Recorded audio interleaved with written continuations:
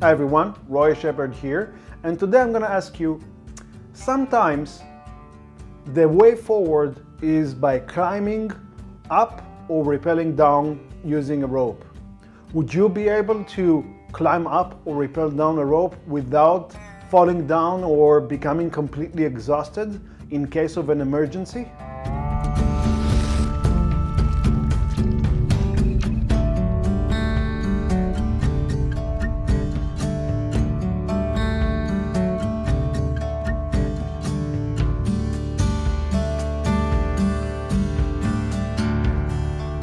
Sometimes during an emergency, the only way to safety is by using a rope, either climbing up or rappelling down a rope. Using the military method, which is using your feet, your legs, and arm strength, is very, very difficult and exhausting.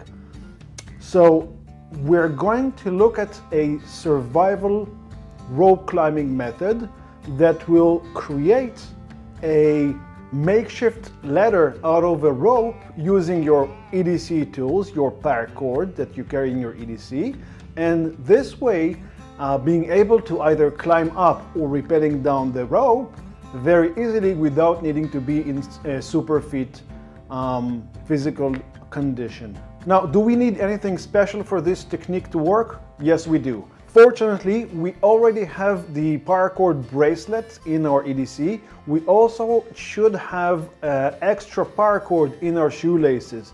But for this method to work, we'll need to carry a little bit more paracord. We'll need a 30 meters or 100 feet of 550 paracord in our EDC backpack. It can either be weaved as a belt or be packed really tightly with the paracord itself. Either way, we need about 100 feet of paracord. Other than that, we'll need our combat boots with a very distinguished groove in our sole between our front pad and our heel pad. So what do we need to prepare for this method to work? We need to first take our paracord and create 30 sections of 1 yard each from the paracord. 100 feet of paracord will give you about 30 sections. Then we take each one of the sections and tie them up with square knot at the top. Then we create basically 30 loops. To tie the loops on the rope, you'll need to create what's called a Prusik knot, which means that we open up the loop a little bit and place the other side through that loop twice. So it goes twice over and over into the loop itself. This is a friction knot, which means that you can, when you tighten it up, it gets really tight and holds its place. But when you loosen it, you can change its location. So you place these 30 loops on the rope, distancing 1 foot apart to create a makeshift ladder. The first one should be about half a meter or half a yard above the ground. Then each loop should be about 1 foot distance from one another, and to cover the entire rope, give or take 3 loops per 1 yard. So how do we actually do this? We went to the gym so I can demonstrate how to do it exactly. Wait, this is my favorite thing. Can I do it? Can I? Well, how can I say no to this lovely face? My wife, Diana, wants to demonstrate it, so we'll let her do the honors, the rope. We need to place our first foot, preferably our stronger leg, in the first loop, and then pull our entire body weight up, placing our second foot into the next loop, and if it's not right in place, we need to kick it gently to place it in the right location so it goes on the foot inside of the groove on your sole. Now, if you do have the arm strength to do it, you can actually hold yourself with one hand and place the loop on your foot, on your other foot with your hand. Then you place the weight on your other foot, locking your knee, so your entire body weight would be on the other foot, and you change, you raise your other foot, and then so on and so forth until you reach your destination.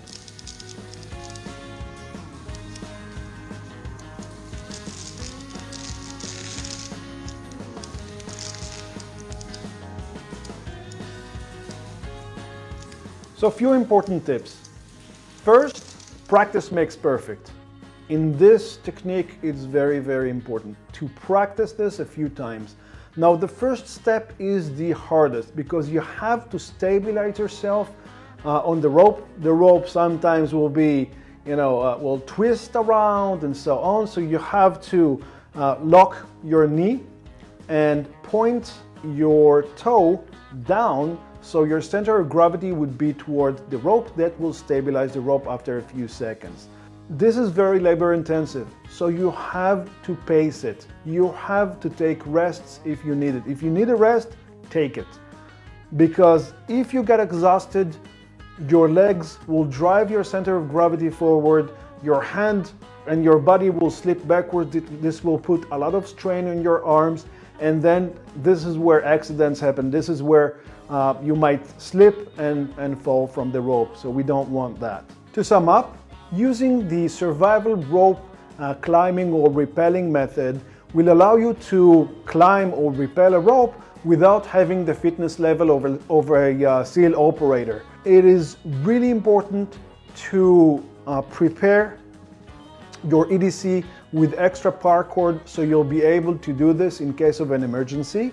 And it's really, really important to practice using the rope and getting familiar with balancing yourself on the rope. You do not want this the first time you do this ever to be in an emergency. This is the worst thing to do with this type of technique and any other technique for that matter.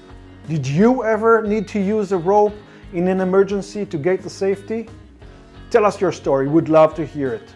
Leave a comment below and I read each and every one of your comments. If you find this video useful, please subscribe, like, and share this video. Help us spread the word. Being taken hostage is one of the worst, most frightening situations you can be in.